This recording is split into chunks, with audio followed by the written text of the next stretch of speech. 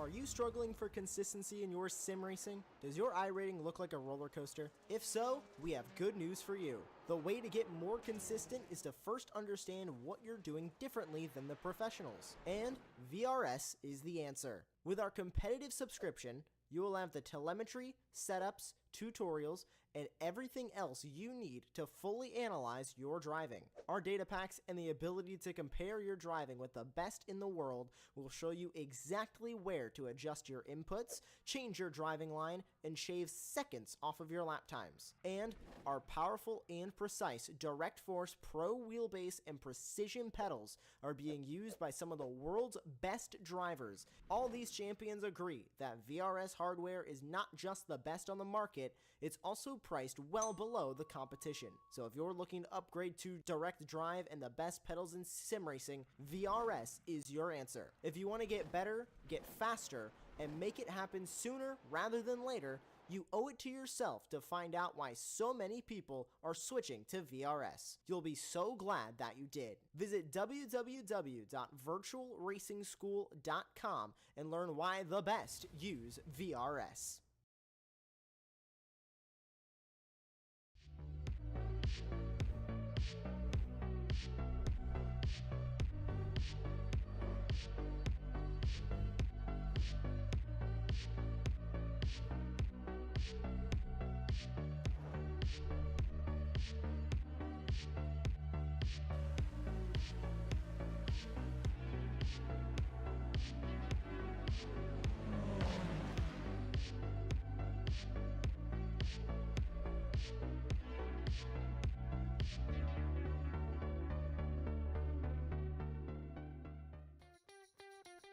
Welcome to West Virginia and Summit Point Raceway, home to, well, one of our colleagues, Greg Ginsberg, the second commentator here, but more importantly, kicking off Super Sunday. It's the Formula Ford in the Weekend Warriors as we roll into town. And, well, if you didn't join us last week, making the short hop from mid-Ohio across to Summit Point, what an entertaining race it was.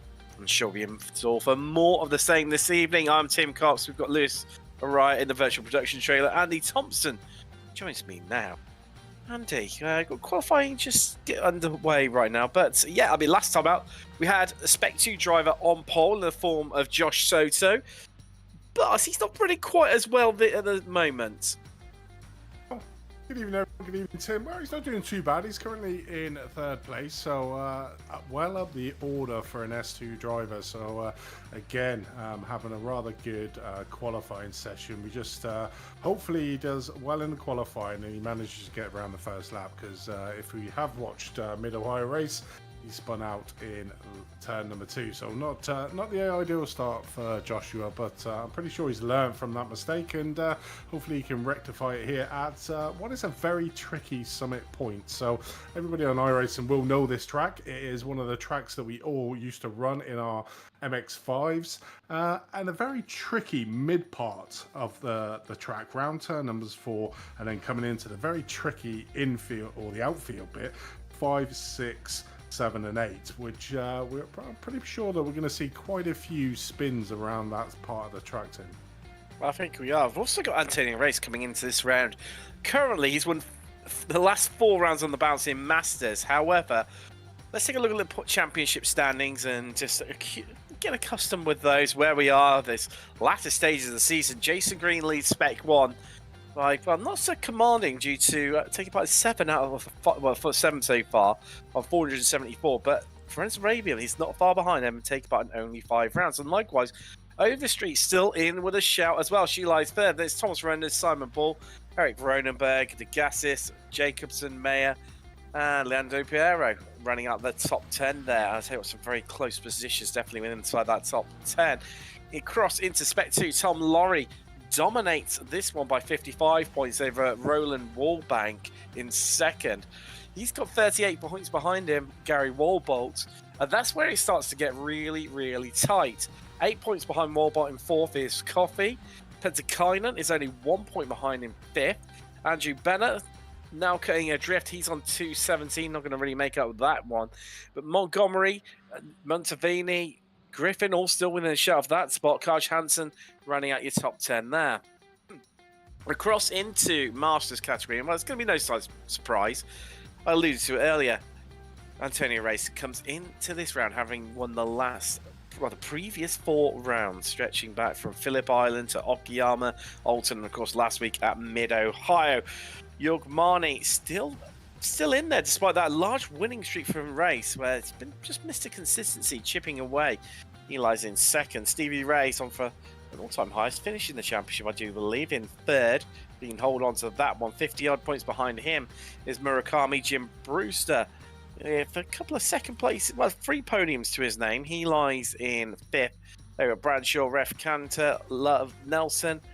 Andrew Love, who's a previous race winner, having won at Road Atlanta, lies in 10th. And that's not a bad one. Only taking part in 2 rounds and a 50% win ratio. Charles Vaccaro going to round out the standings there.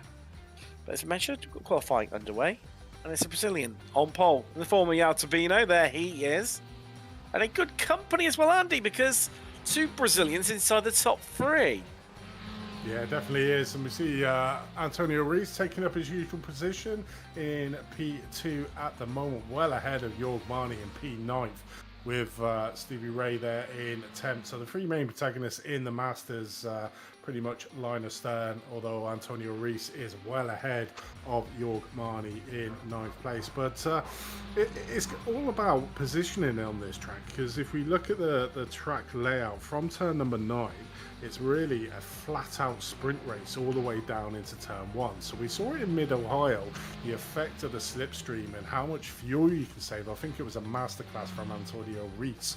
You know, we saw him there literally just stuck behind, I think it was Jörg Marni and Megan Street for the whole entire of around about 28, 30 minutes.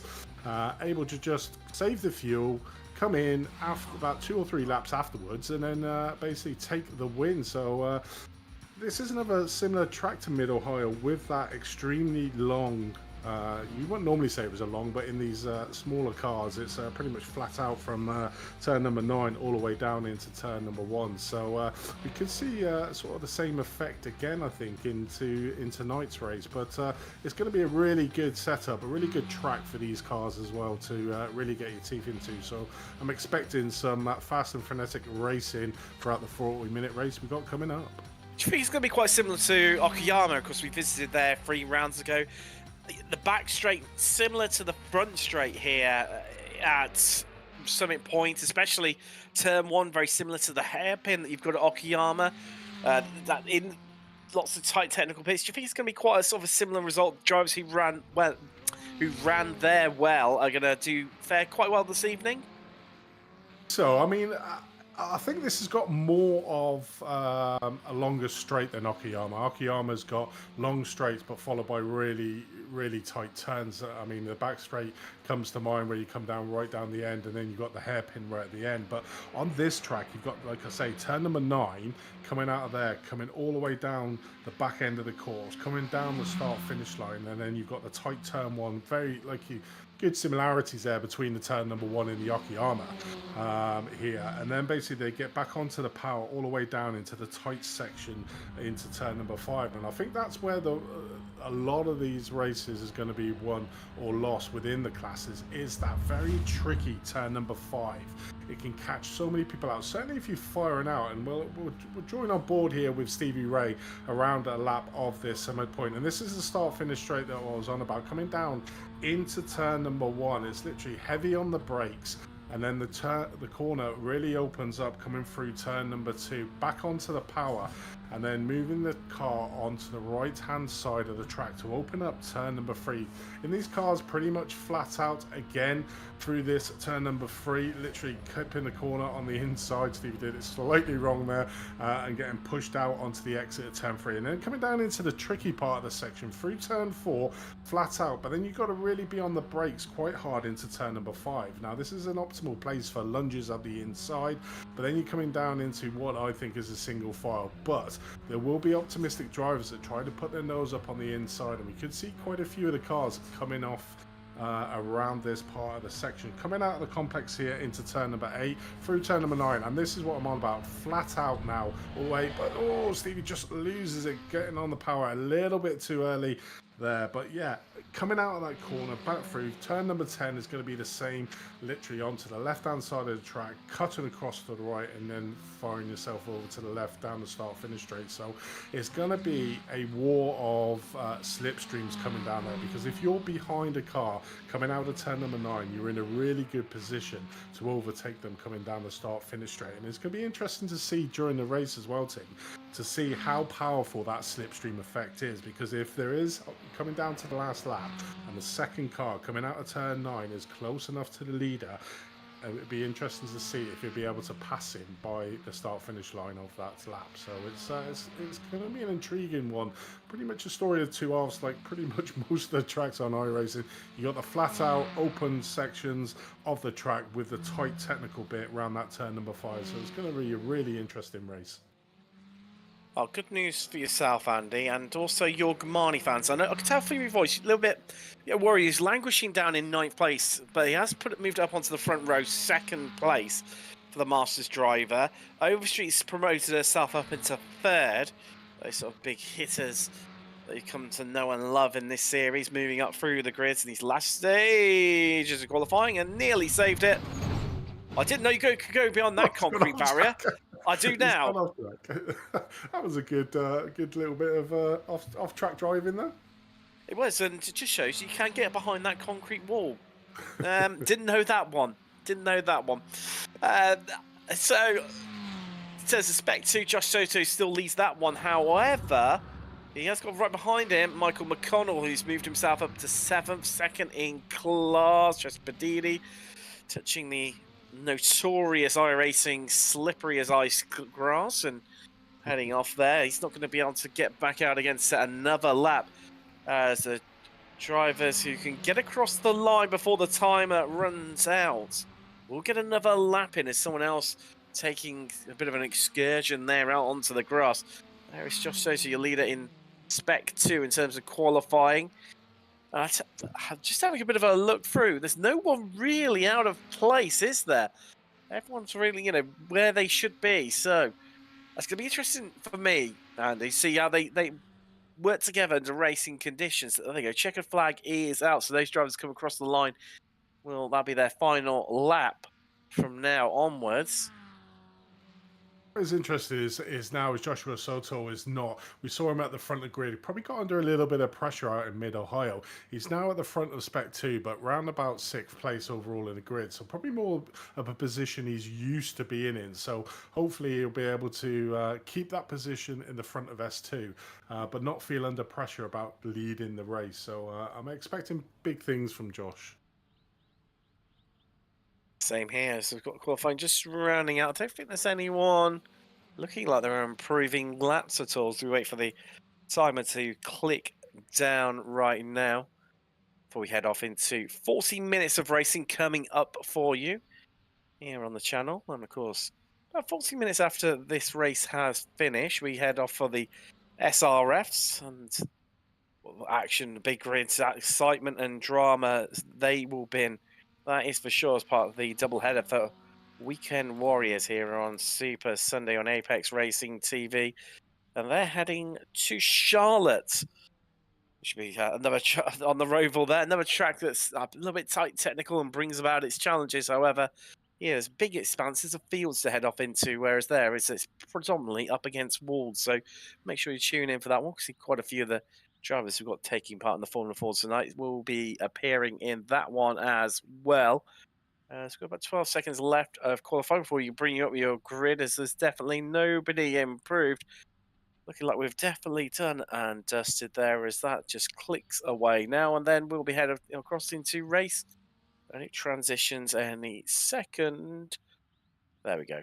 Now, as the drivers in distance just disappear off the screen.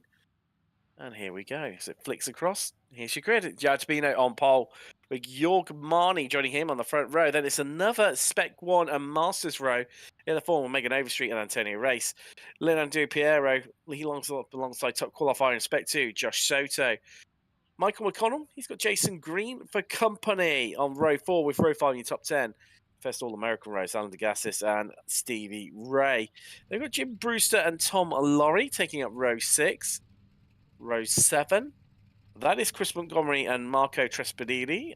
Good to see him back, and we haven't seen them too much of in recent times. Benjamin Harris has got Mornay Human for company, the South African. Great to see him on his debut in the championship. Then we got Sander Verbruge and Philip Fernandez on row 9 and row 10, and the top 10 team being ran out by Tim Steno and Arthur Larorio.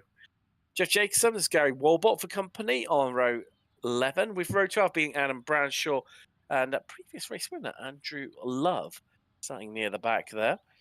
On the final, complete row, it's Trent Kramer and Bruno Conte, and Ken Poulin didn't set a time in qualifying. Not sure if he's going to take to the grid or not. We'll find out shortly. If he does, he will start 27th and all by himself as all the drivers lining up behind the Porsche 911 safety car there. So I've never mentioned to our sponsors for this series. First off, we've got PDA, or Precision Driving Analytics, to give them by their full and proper name. Now, Ray Phillips, who owns them, has over 30 years of experience in motorsports and race, both open wheelers, for most of his life. 20 years of that, in fact. He's now found a passion in helping others go faster and perfect their craft. He can fill the role of data race engineer, also as a driver coach, while helping drivers get the most out of data and video systems. Now, Ray was a data engineer and driver coach for a 2019 championship winning Ferrari Challenge team, assisting all the drivers and team members on that successful outing for them. Now, PDA also sells a wide range of data and video equipment that can help everyone from high-performance driver education drivers to professional drivers, or even a racing with multiple cars. No matter what you choose, customers get the information they need to go faster and have a good time on track. Now, PDA not only helps real-world racers, but also sim racers too, and allowing them to go faster while staying within their limits. Give them a shout and see what they are about over at PrecisionDrivingAnalytics.com. And then we've also got a newer sponsor to this series in the form of Arrive Drive Motorsports. Now, welcome to your ultimate racing experience. Arrive Drive Motorsports is a full-service road racing prep shop, specialising in Formula and sports races. Now offering full Arrive Drive services in F1600, F2000, F1000, and S5000, or even your own car. Are you ready to take your driver development to the next level? Well, with everything from F1600s to V8 open wheel monsters, Arrive Drive will maximize your potential and accelerate your development with up to 100 races per year in up to 6 different race cars. Are you ready? Well, if you are, you need to head across to ArriveDriveMotorsports.com. It's just on their formation lap right now, heading out around the back of the circuit, and well, just already, Andy, backing up the pack a little bit is Yatabino. Definitely is. Just getting them all tightly packed, which could cause a little bit of an issue coming down into turn number 1. You can see the distance between the safety car at the moment, so really going to try and get a slingshot out of the last corner down the start finish straight. But I wonder if Arrive Drive basically does the 2.5 turbo diesel with a Discovery 2, because I wouldn't mind that getting tuned a little bit, so that'll be a challenge for them to tune my little beast. Yes, definitely something I'm sure they're not normally used to, but they're definitely giving it a go. But as we head out around the final corner, let's get ready to go racing from Summit Point for the first time this evening. As we are green, we are go. And Tamino didn't quite get the jump that maybe he was hoping for. Everyone's come along for the ride as they all spread out across the track. 2 lines in those 2 lanes down into turn 1. And Marnie having a big blink and reappears, and we're all still side by side, but Marnie's around, he's touched the grass, he's on the outside, and he's going to ascend all the way from the front row, and second place right to the back of the pack as they all still scramble and scrap away, but that's allowed Tabino to already open up a big gap. That's what Overstreet could do to respond. Yeah, it definitely was. Marnie literally just got on to the outside. A little bit of argy-bargy with Spino there coming into the first corner. Got himself out wide and hit, like you said, the dreaded dirty patch on the outside and spun his car around. So from a second place fighting for first, finds himself down in 23rd position. But that has promoted Megan Overstreet again into second. Like you said, nearly a second behind. So although not getting a good slingshot out of the last corner, after that incident with Marnie around the first corner, has managed to get a little bit of a gap. As we see Stevie Ray coming off round turn number 9 and losing the car there into the wall and going back to the pits. And the treachery of the first lap with the tyres, certainly with these cars, they do like to slide out round corners, and unfortunately slid a little bit too far there, Stevie. Round turn number 9 came off, and I'm pretty sure he did that in qualifying as well. It's carbon copy, wasn't it? Overstreet under a lot of threat for this second place right now, as here comes Josh Soto up the inside line from 6th on the grid to the start of the second lap into second. And yeah, Sabino says, thank you very much. You lot scrap over second as he clears off into the distance. 1.5 seconds after one tour of this track. And Overstreet, what has she got to respond to this one? It's going to be interesting. Green, he's making moves from 8th. He's up into 6th place. Chris Montgomery's had a good start of 4 places. Not as good as Trent and Craven, though, from 25th, the last complete row of the grid. Up into 15th already. It's only been 1 lap, Trenton. Well, in fact, mate, that 14th, he's just had another one. I think L'Oreal's just had a bit of a incident. He's dropping a few places. So has Bradshaw, too.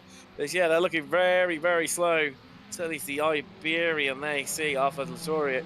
But L'Oreal, even apologies. Putting a random T into his name there. But he's back to where he started after a strong start, unfortunately, for him. Wow.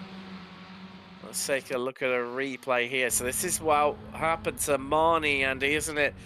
And, well, just ran in deep, had that big blink, which I'm sure would have settled everyone behind him, but ran it out wide and touched the grass, but only by half a tyre's width, if that. That's all it takes, though, isn't it? That's all it takes in these cars. Certainly on the first lap with the tyres being super cold. Luckily, he didn't involve anybody else involved. And let's have a look at Stevie Ray's incident. Carbon copy of what he did in the qualifying. Coming around here out of the outer section. Coming around turn number 9. Literally just hits the car onto the curb, goes into the wall. Literally a carbon copy and back to the pits. He is back out on track, but he's a lap down at the moment. So it's going to be a long 40 minutes for Stevie. And that's one of the treacherous things about 7 Point, isn't it? Because you've got this banking around the edge of the circuit, but if you do go up and onto it, it just automatically resets you to the pits. And other tracks you may bounce off the wall. I mean, I don't know if it's better if bouncing off the wall and wrecking your car or having to jump straight to the pits, being forced to do so. It's a bit of a tricky one. Tabino, he sailed off at 2.3 seconds already. That's a lot. But at the start of this lap, he was 1.5 seconds, so he's pulled 8, 9 tenths on everyone behind him. I mean, last time around, he was 3 tenths quicker than everyone else. Well, 1:16.9. We'll see when he crosses the line this time. Well, 1:16.5. There's only a couple of 2 or 3 other drivers who are in the 1:16s, but they're still 1:16.9, so they're 4 tenths slower than Tabino. Wow, he's definitely ripping up some trees right now and laying down that early pace and throwing down the gauntlet to everyone, which nobody's even able to hold a candle to him. No, it's definitely not. But he's in the fortunate position out on his own. You can see there from Joshua Soto, who's had a cracking start to this race here in second place. You've got Overstreet, Reese, Panero, Green, literally all covered by a second. So, you know, they're squabbling over each other to try and gain the positions. And we see Joshua Soto getting it slightly wrong there, coming around turn number 5. Is he going to lose a place? Yes, he does. And that is the treachery at turn number 5. That is a really tricky corner. You really got to get the car dialed in early, literally coming off turn number 4 into the position. Otherwise, you see exactly what happened there to Josh, was that he basically got pushed out wide round turn number 5, scrubbing a lot of speed and letting Megan through. But these 5 drivers are squabbling over each other, and obviously given the opportunity here to Zhao in front, he's 3 seconds ahead, and you can just see the lines that these drivers are taking. They are not the usual lines, as we nearly go 3 abreast coming into turn number 1. As we look at Antonio Reese, just going to try and get 2 for 1 here. Gets past Soto and Megan Overstreet there to take second place. And is he going to be able to now put a charge in to try and catch Zhao? But 3.1 seconds, that is a monster gap after only 5 minutes of this race gone. Tom Laurie's had a bit of an incident. He's dropped down through the field after coming off track. Shame for him, and he's headed to the pits too, so clearly he must have made a bit of contact with all, bit of damage incurred there. It's all we've got a replay, and there we go. We're going to find out exactly how he did it on the 260 machine. There he is at the front of this little group, and oh, big twitch, big moment. That's going to be into the wall. There it is. Wow. I'm guessing that he's probably jumped straight to the pits after that. Shame for him, as he was running relatively well.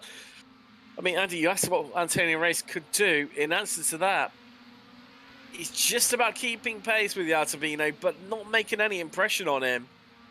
Well, having said that, he's just taking about half a tenth out of him right now as we look at it. There's Trenton Kramer. Now he's climbed to 13th, up 12. And more crucially for him, there's a real gaggle in front of him in the form of Montgomery, Trespidini, Harris, and Sander Verbruge, who's just in front of us. We're on board with Kramer. Just backing out of it, just observing his options right now. There's a battle going on in front of him. Harris now making his way past Montgomery. He's shot 2 places after Trespidini got past him too. And they're still having a good go at this. Certainly are. Kramer just at the back, just watching, praying that something happens in front of him to gain him a couple more places. Already up 12 places. We were on board with Sunday Verbrugge here, coming down into turn number 5. You can just see the lines, you can see the cars in front sliding out wide, just trying to cover off any sort of move. And this gives the opportunity for the cars in front, and this is exactly what's happened out in front as well, is that because they're battling so hard between them, the gap for the car in front, who's well away, just is able to extend. Because you can see in the timing tower there, we've got sort of like 2 pockets, the front group, and then the second group with a couple of cars from McConnell, Brewster and Trespidini sort of on their own at the moment. But then you got Harris, Montgomery, Verbruge, Kramer, Warbolt is trying to get onto the back of this group with Marnie as well. I mean, Marnie's made a great recovery from where he was. If you remember at the start of the race, he was second place, spun out round turn number 1, completely the back of the grid. He has made his way up to P15, does have Warbolt, and he's, as we say, just overtaken him for P14th. Then got a second gap up to the Kramer, Verbruge, Montgomery, Harris battle. So he's making really good progress, considering he spun out round turn number 2 and was dead last. Yeah, it's York Marnie, isn't it? He's ripping up some trees. The good thing is, he's, well, pretty much matching. Actually, he's going faster than Yartabino. So if he hadn't have had that early issue, I think him and Tabino would have just cleared off into the distance. So you have to wonder, because equally Overstreet, who was holding on to that third place as it was at the time, may well have been able to remain in the tow and keep with them. It really broke them up. But Marnie's now presented with Kramer, Verbruge, Montgomery, Trespidini all in front of him. He's caught right up onto this gaggle that we're watching on this time last lap. And what shapes is he going to be able to pull off here as well? You see Kramer just having a bit of a look there. That's going to get him past Sander Verbruge surely in turn 1. Marnie, no space right now. This is frustrating because he knows he's full well he's so much faster than these guys, but needs to be patient and bide his time while they battle out themselves. That was extremely close between Verbruge and Kramer there coming around turn number 2. But yeah, I mean, look how quickly he closed that gap down. He was a second behind them.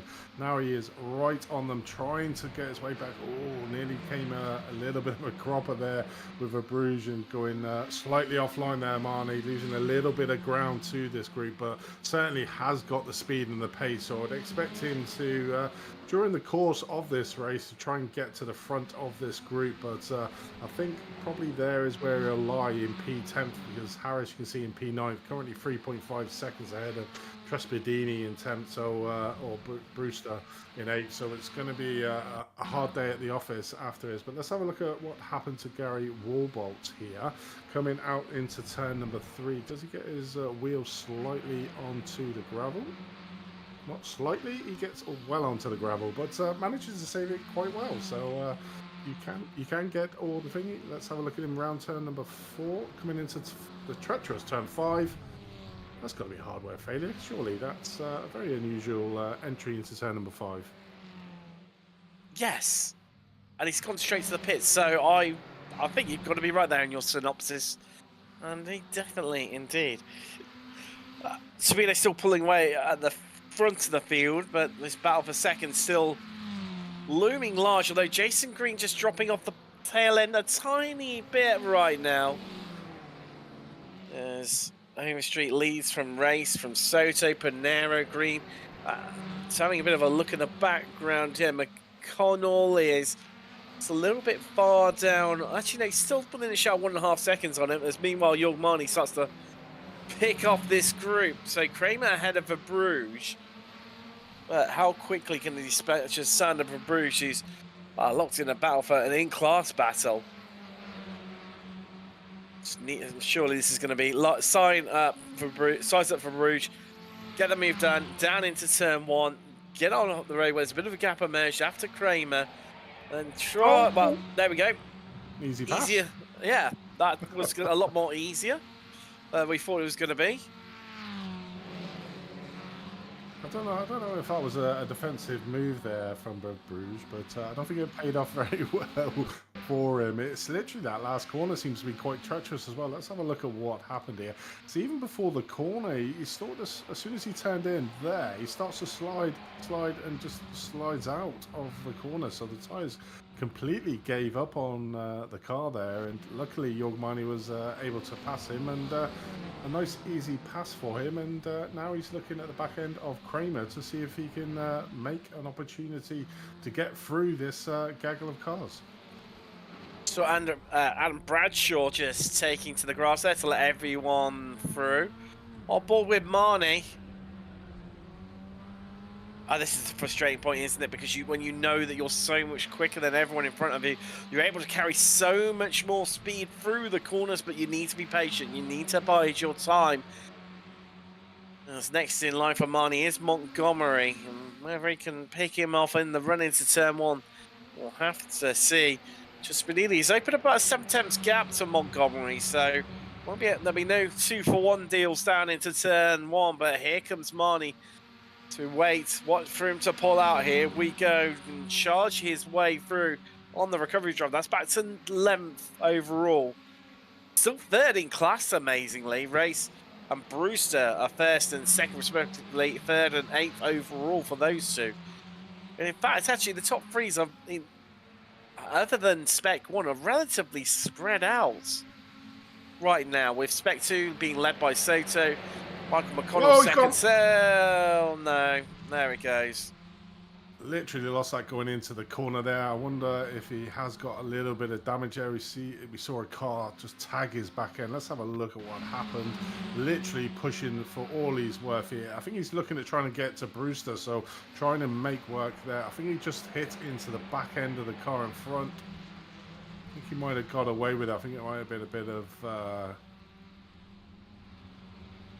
neck code there that pushed him around, but finds himself back down in 15th behind Love. Very early on, Antonio Race into the pits. 14 minutes out of the 40 complete. The massive undercut hasn't tended to work so much, but clearly the Portuguese driver going to give it a go here. Nothing to lose in terms of in class, as he was quite a distance ahead of Brewster. He's still stationary in the pits. He's falling right down through the order. Now, having said that, yeah, he's stationary a bit more longer than I maybe would have expected him to be. There they go, heading out now. 22-second stop. Will come out 4th in class, 18th overall. Meanwhile, Yatabino has broken the 5-second mark. He's, well, walking away with this one unchallenged whatsoever since turn 1, lap 1. However, this... So, yeah, the battle for the best of the rest still going on. Green has dropped off. So is McConnell. And that's a three-way fight. Now, Antonio Race has pitted between Overstreet, Soto, and Panero. All in the mix here at Summit Point. I mean, it might be that Antonio Reese might have feeling that he was a bit quicker than the battle that he was in with Overstreet, Soto, and Pinero. So maybe he decided to pit slightly earlier, because you can see now he does have a little bit of free air. He's got around about 7 seconds to Conti in 17th place. So he's probably able to get a little bit more hammer down on the car to try and improve the lap times. It's going to be interesting to see his next couple of lap times compared to Megan Overstreet, to see where he goes. But it's going to be interesting as we see Marco Trespedini just coming down, passing Montgomery into turn number 1, getting the move done, and up a position, but not up a place in his class. Currently in P7, still has McConnell, so Montgomery is still 3rd in that S2 race. As there's Sander Baruch getting a move done on Trenton Kramer, reclaiming that 12th place. In fact, Kramer lost a few spots there, a bit of time. That's what it feels like to me anyway. Oh, that's certainly not happening. Excursion through the gravel trap there for Bruges. He's having a bit of a... I'm having a bit of a look and I can't see that he's had even an incident or come off track. No. So, but he's Kramer's definitely lost time, hasn't he? Yeah. Because... he was in the battle with the Bruges anyway when we were watching Marnie. Marnie has gone into the pits, decided to pit early again, but it's gonna be interesting. Let's have a look and see what happened to Jorg Marnie, as he had another incident coming around turn number 3.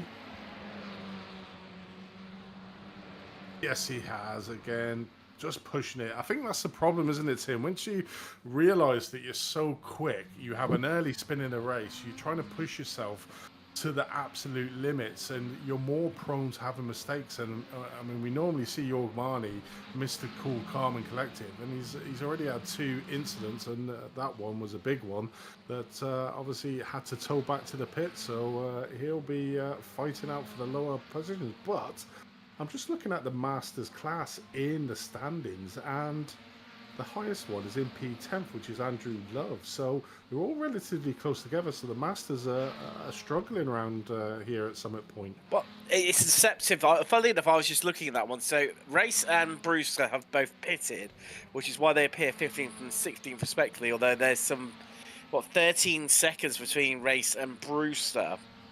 So they're their line astern in terms of the standings. A big gulf between them in terms of track space.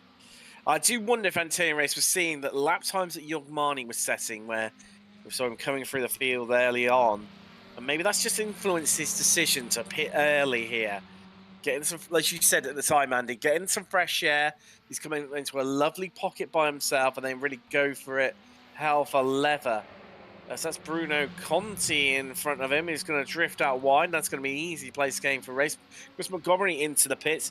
Retirements looking like Marnie has retired now. We lost Bradshaw on lap 10. Walbot on lap 7. Laurier on lap 2. Jacobson on the opening lap. And then Poulin and Human did not make the race start. Just having a look at his lap times. His last lap time was a 16.6. The one he's just done there is a 116.5. So the top drivers at the moment, Megan Overstreet doing a 116.28, but then you've got Josh Otto, Pinero doing like 116.7 and 117 dead. So certainly quicker than P3 and P4 is Antonio Rees. But Megan Overstreet is probably realising what Antonio is trying to do, and basically starting to put down the hammer herself. I mean, it's completely nowhere near the pace of João Pinto in first place. I mean, his last lap was a 1:15.98, so around about half a second faster than the rest of the field, and that's sort of relaying in the lead that he currently has, 6.3 seconds. But the good thing now for Megan is that she has broken away from Joshua Soto in third place, so is able to basically try and close down or cement the second place, because I think to try and close down João is going to be an extremely tall order. You saw there the graphic, and João literally every single lap just extending that lead over Megan Overstreet. But this is a good solid race for Megan. You know, started in third place, up one position to P2, and has now sort of cemented that by nearly 2 seconds over Joshua Soto in third place. In fact, last time around, to expand on that, Andy, Tabino a 15.98, first driver into the 1 minute 15s. Overstreet a 16.49. In fact, faster again goes Tabino as he crossed the line. Another new fastest lap of the race, goes half a tenth faster than he did on the previous tour. And yeah, Overstreet again 4 tenths, actually nearly a half a second slower. Tabino's got this one absolutely wrapped up, looking like a truly unstoppable force. As they come across the line, we're going to keep half an eye out for you, Andy, in terms of Antonio Race, because he is starting to go faster. And I do wonder, I had a bit of a look while you were talking at the track temperatures, and 43 degrees Celsius, which is what, around about 89 Fahrenheit of freedom units, as I know many of our fellow racers and compatriots over in the States like to call them. So I think maybe it's a little bit now. Drivers start to struggle with those tyre temperatures, and not able. It's those that have, been able to keep those tyre temperatures in check so far that are going to rise to be the cream at the top at this stage of the race. And equally, maybe that's another decision that's maybe influenced from that early start for Antonio Race. Although no tyres taken from him, just purely fuel. As Soto visits pit road on the just shy of the 22-minute mark. Just over half race distance for him. So yes. But the only trouble for Race is he's got himself into a bit of a pocket again of space. He has just cleared Andrew Love, which is why he had a slower previous lap. But we're going to see now with Soto in the pits, where his Race going to come out in amongst him, and has that big undercut worked? Join him here coming through the final turn number 10. No, it hasn't. It certainly hasn't, and the lead has been extended. So Antonio Reese's undercut has certainly not worked. Pretty much like you said, is that the undercut doesn't seem to have worked this season. And again, Antonio Reese has lost out big time to Joshua, who comes out well ahead of him in this race. So even though he was faster, he must have been held up by one of the back markers when he was trying to get through the field, but certainly lost a lot of time there, and you can sort of see in the standings literally near 3.5 seconds, and he was actually in front of Joshua Soto, so you can see how much time he's lost from that early pit stop in the race. So he's really going to have to put the pedal to the metal to try and close that gap down to get that position back. Obviously completely different class are the two drivers. Soto is the S2 and Antonio Reese is the Masters, currently leading the way in the Masters. So from a points in the class, Antonio is doing an exceptional job, but I'm pretty sure the driver in the car wants to do a lot better and be at the front end of this grid, but certainly will be there after the round of the pit stops, because it's still the top 5 drivers all have not pitted. You see Michael Jaspertini there, Sander Verbrugge going into the pit, so we'll be getting back up to the front end of the grid, but yeah, not really where he probably wanted to be, and maybe that early stop again is not been ideal in this round, and I'm not sure why it's not. The only thing I can think of, Tim, is that they get caught by a back marker that's a lot considerably slower than they are, and they have that one bad lap that really puts pay to the front runners that are running quick constantly lap after lap. Yeah, I think it's got to be that, hasn't it, realistically? And well, it's cost him. Just having a look, doing the mental maths now, 7. In fact, I think Race is maybe feeling a little bit held up. There's that gap between himself and Soto grows even further. But Jason Green has caught up onto the back of Leandro Pinheiro, having fallen back by about 1.5 seconds. So definitely the ebbs and the flows of this race being played out right now. Those high track temperatures playing their part of who's looked after them, who's able to push and maybe go for a bit more. Who's got to go, for a bit more conservative lap or two, just to bring those tyre temperatures back into check, to have a bit more grip available to them before they can start pushing once again. But well, talking of being able to manage those tyres and manage this race, to Chipino, 8 seconds now, Andy.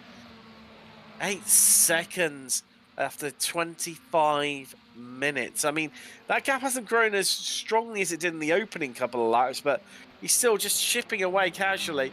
Last time around, another half a second. We're going to get some updated lap times as he comes across the start-finish line. The only saving grace for him, for Overstreet behind now is that Tabino's coming up on some back markers. However, she will have to get past them too when she does reach them herself. Yeah, you can see the lead there, Megan Street, just in the background of the picture as Zhao comes around turn number 1. So 8.6 seconds is that lead, and Zhao is pretty much just carving his way through the traffic nice and neatly. You know, when you're one of the back markers, you see first place, you always seem to instinctively get out of the way as soon as you physically can do, rather than the rest of them. So Megan may have a bit more of a taller order to get through the field, but the good thing for Megan is now that she's managed to drop Panero in third place. You can see there 3.9 seconds is the gap to Megan Overstreet now. So pretty much she hasn't got any pressure from behind. It's all in front and whether she can close that gap. But, you know, Tabino has been, it's just driven this car to perfection every single lap, pulling out, as we're watching Jim Brewster here in 12th place, having a look at Montgomery, and I'm pretty sure he'll get the move done down the start finish straight, as it's a pure drag race, but we'll have that slipstream effect. Takes to the inside line and should have that all sewn up. So we see there Brewster managing to get past Montgomery for P11th in this race. Does have around about 4.6 seconds to Conti in 10th, and then a large gap to Andrew Love, who is the guy that he is chasing in that Masters class in P9 for the moment. But Reese, what has happened to Antonio Reese? He has Andrew Love behind him now for a lot of company, and he's got a little bit of challenge, whereas Antonio was well out in that Masters class, but has certainly fallen off a cliff in respect to speed, and Andrew Love has managed to hook up onto the back of Antonio Reese to give him a little bit of a challenge. As we say that, Andrew Love goes into the pits. Yeah, I think that's going to have been a large part of it, where obviously Andrew Love running next to no fuel left in his car. Turning race is already stopped. It's a much heavier machine. That's just going to ease off the pressure. Even so, that's still looking really, really safe, really strong for a win in Masters for him. And Brewster has already stopped as well in terms of Masters. He's running in 9th, although he is 20 seconds behind Antonio Race. So he's looking good for another podium here in the championship. That's certainly going to do his championship aspirations some good as well. Tabino's in. Overstreet follows in too. Panero carries on. So does Green.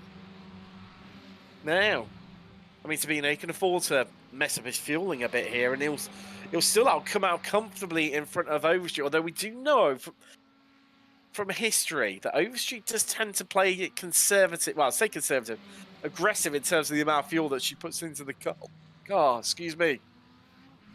Was it Megan last time that she crept over the line? I think it was, wasn't it? Out in She's doing it again, Andy. Doing it again. A second and a half less of fuel compared to Tabino. So, what has that done in terms of the gaps? Let's have a little look at that one. So, Overstreet's come out, 1.8 seconds in front of Soto, which is good, but Tabino still, 8 seconds up the road? No, 6 seconds up the road. So, yes. It has shrunk, hasn't it?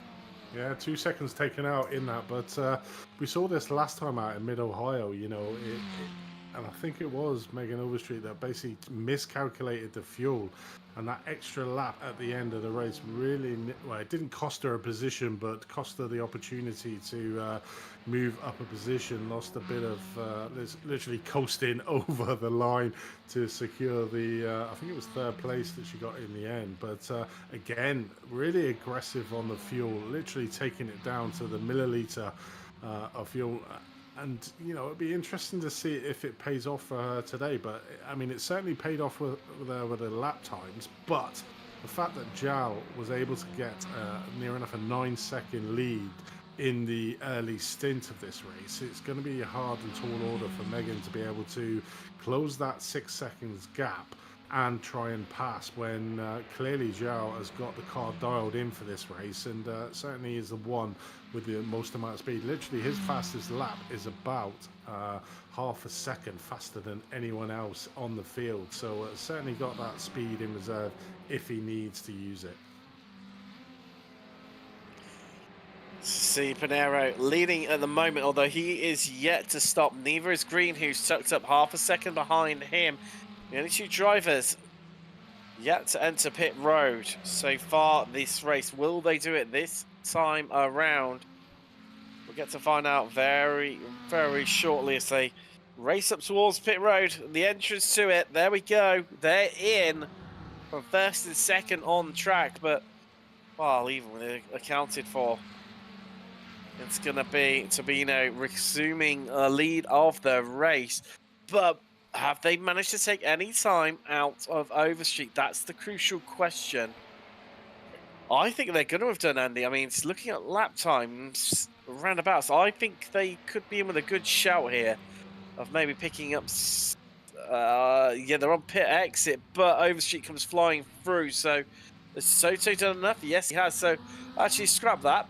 They're all going to come back out in the order that they went into the pits in before anyone started taking pit stop. Well, exception of Antonio Rice, who's been the biggest loser out of all of this. Yeah, it definitely is. That undercut did not work at all. He is trying to get back. He's managed to get back up to McDonald in 6th place. McDonald has pitted, but he is certainly the biggest loser in the round of pits. And it's always interesting how people come up with their pit strategies and how they want to do it, and it's almost like a race in itself, isn't it? You know, you got the qualifying session, which is certainly one race, and then you get to the race and you can be completely different speed. Then you've got the first half of the race, then you've got the round of pit stops that always throws in a spanner to somebody's day, and then you've got the last half of the race here. So we've only got 8 minutes left of this race to go.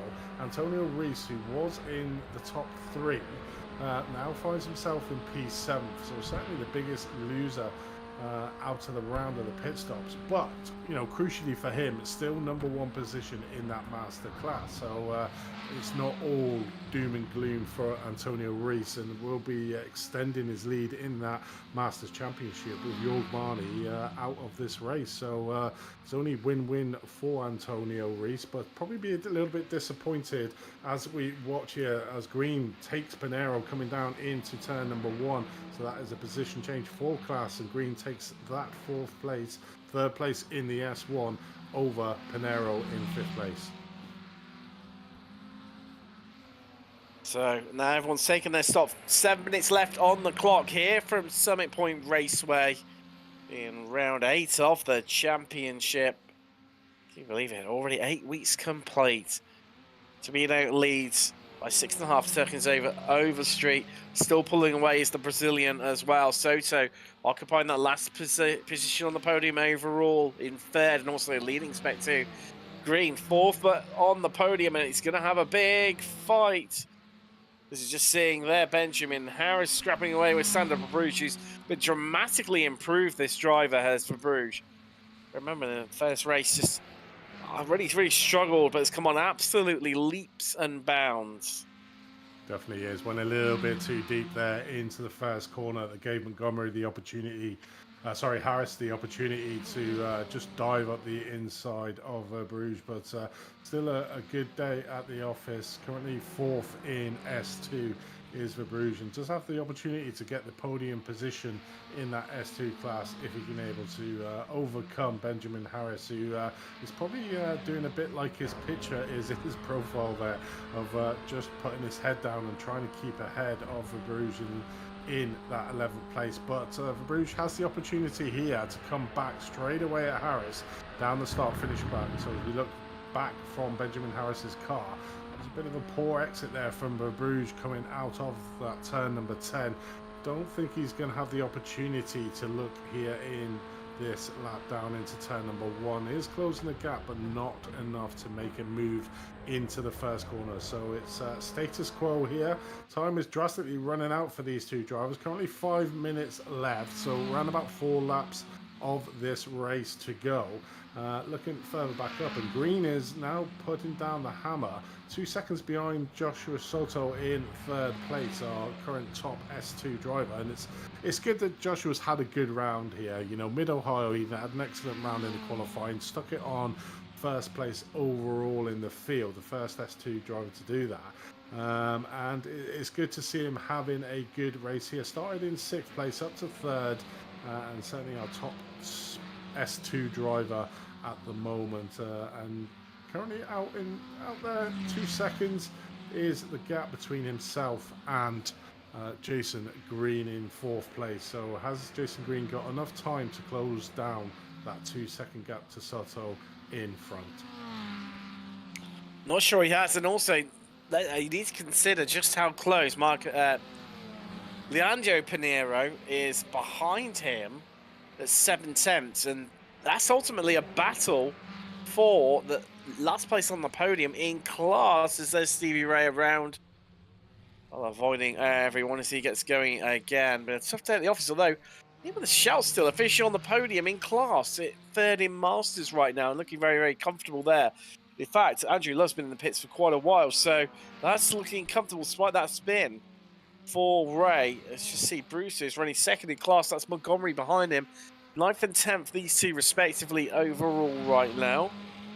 Montgomery running, 3rd in class behind McConnell, and just having a bit of a look actually at Montgomery. Yeah, second last time out, 3rd today.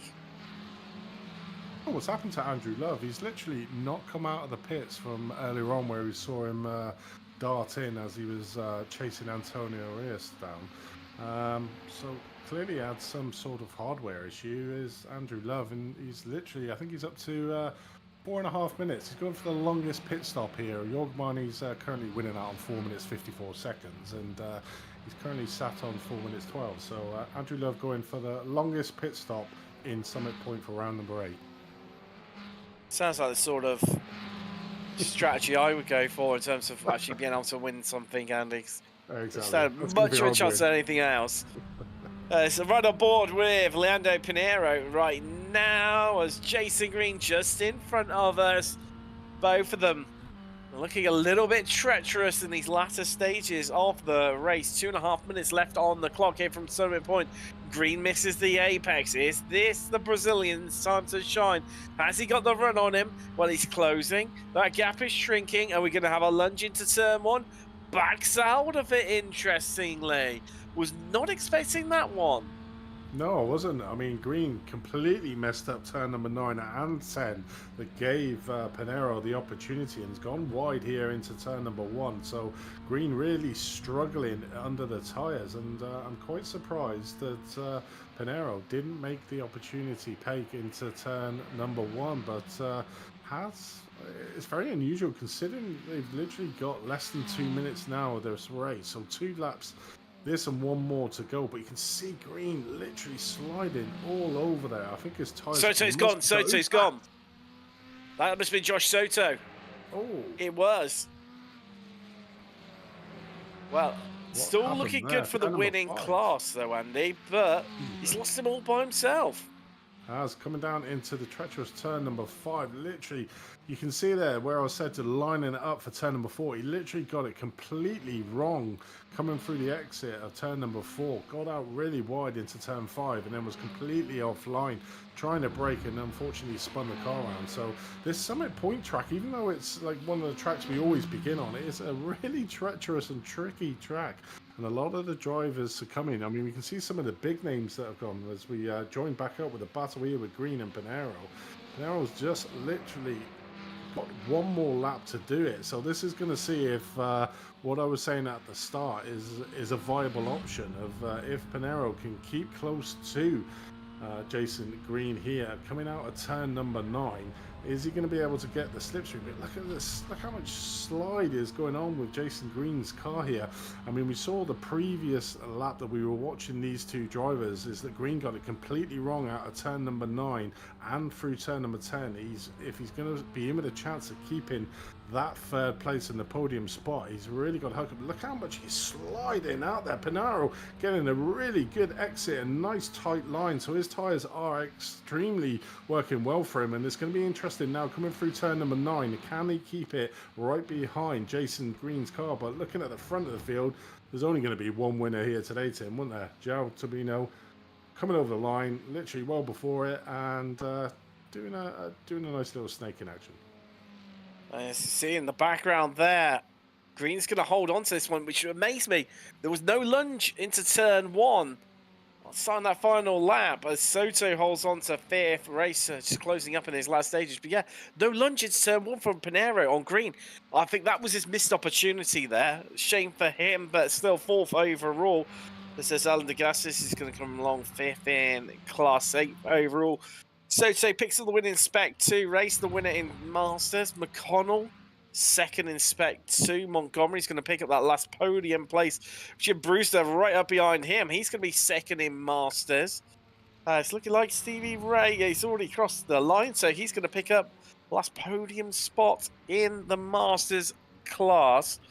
And just looking at my stats here, Overstreet has finished on the podium in every single round so far this season. Consistent.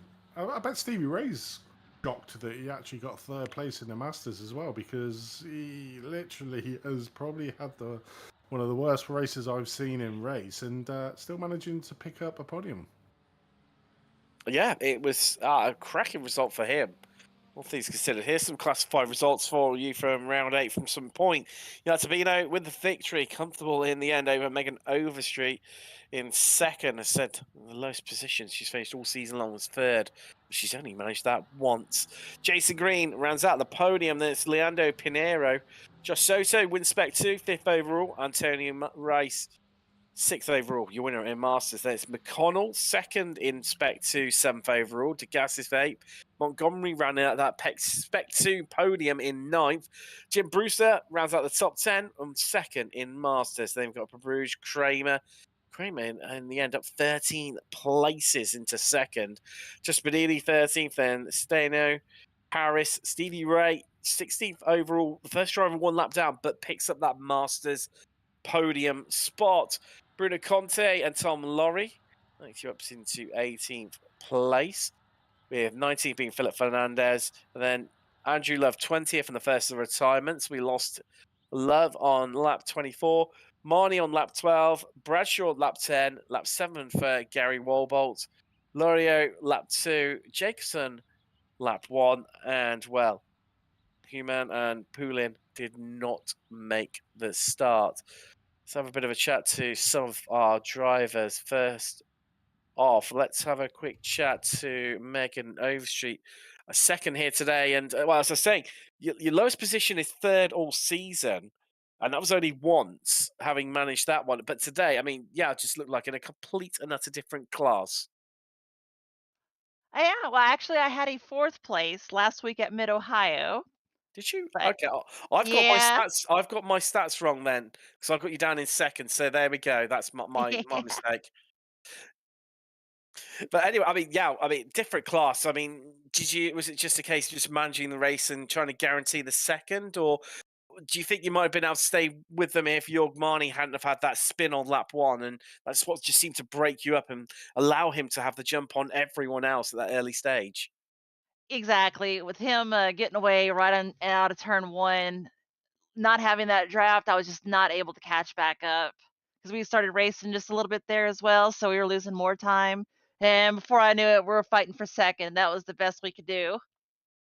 Well, it worked out an absolute treat in the end. I mean, you saw Antonio race pit very early. Were you tempted to maybe alter your strategy and go a bit earlier like he was? I mean, we could see from the commentary at least Jorgmani was setting some electric times, actually going faster than what Yao was. But so, were you tempted to follow him and go early, or were you just sticking to your guns of going late?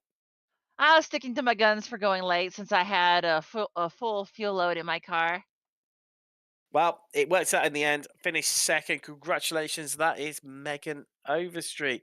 Andy, who have you managed to grab for a chat? Well, let's have a look at the man of the hour last week man who struggled a little bit. Antonio, welcome to the booth, mate. A bit of a hard day at the office. Just take us through that early pit stop in your mindset, because you were right at the front of the race, battling out with Megan and Joshua there at the front. What made you go in early? I was trying to avoid the traffic. I was afraid to get some accident. Everybody was close and passing, and was some risking stuff. And then I was trying to be safe in safe area. but I lost some time. But Was that due to back markers? no. When I was on the race on the front, when I was on the lead group, I was afraid that because everybody was so close and was so tight, then I was a little bit afraid of something happen, the cars, maybe some accident or something. Then I decided to pit earlier to avoid that traffic problem kind of stuff. That's why I yeah, say please. I suppose looking at it, looking at the Masters Championship overall, that's one eye on the prize for you. And being that you were the top Master driver with Jorg going out very early on, I suppose you had one eye on the Masters Championship overall? Yeah. I always have an eye on that. Even it's better to win the overall or fighting with everyone, regard of the class we are, Masters or S2 or S1. But yeah, I keep an eye on that as well. I suppose looking at it, I don't know if you were keeping an eye on it. It seemed to be all your competitors were falling by the wayside. We lost Andrew Love, Jorg Marnie, and Adam Bradshaw earlier on in the race. There was only really 3 drivers left from the Masters class. Why do you think that was? I mean, it seems to be an extremely tricky track to Summit Point in these cars. Just talk us through how tricky the track is to master in these Formula Fords. Yeah, it's a bit stressful.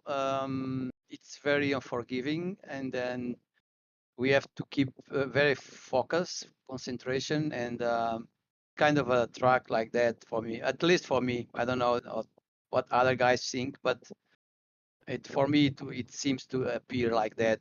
A very unforgiving track and very concentrating. You need to really focus to do not mistakes. There is a lot of bumps and you have to keep your line. You cannot go out of the ideal line, and then if you do a mistake or you brake late or something, then you can hit another car or you can just crash. Yeah, definitely understand what you're saying. Congratulations, Antonio, on your 6th place overall and extending your lead in the Masters Championship. So thank you guys. Round number 9. Yeah, thank you guys for covering, and all the best for you and for everyone. Cheers, Antonio. And cheers. Tim, that's Antonio. Anybody you got stood by? Yeah, we've got just enough time to squeeze in Jim Brewster. Jim, congratulations on the podium. Thank you. On the podium again this season. Hey, this is a home track, but unfortunately, it's everybody's home track. Everybody in iRacing, Summit Point is their home track. So for us locals, it doesn't get to help very much. But you had a really good start and got a nice gap. And then, unfortunately, Adam spun in turn 5. And as I was going around him, he just clipped my rear wheel and bent my suspension. So I pit early. So I went conservative and put too much gas in. But still, Chris and I don't know if you saw, Chris and I had a real hammers and tongs the last 2 laps. We practiced a lot together, and we had a really good race together. Chris is a good racer. We had a lot of fun. Yeah, we caught your race to the line. Nearly pipped him, but wasn't quite enough. Just over a 10th in the end.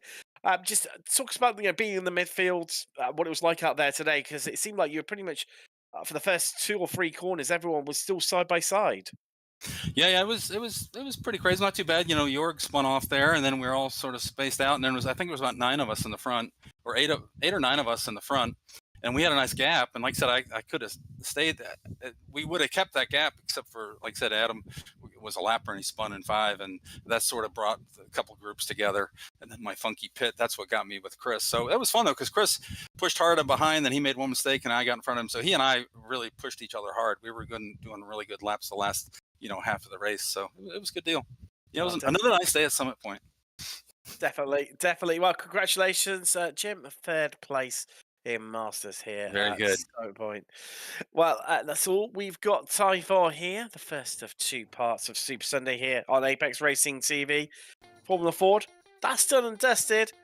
Now we head across, of course, into the SRS. That's coming about 40 minutes on the channel. Make sure you join us for that one from Charlotte, but from the south, Tim Cox, Andy Thompson, and Lisa Raya. Thanks very much for joining us, and we'll see you next week when we head across to. Oh, I've messed up here. I didn't have that info for me. Interlagos. Oh, that's going to be a cracker, isn't it? We'll see you in a week's time from Interlagos.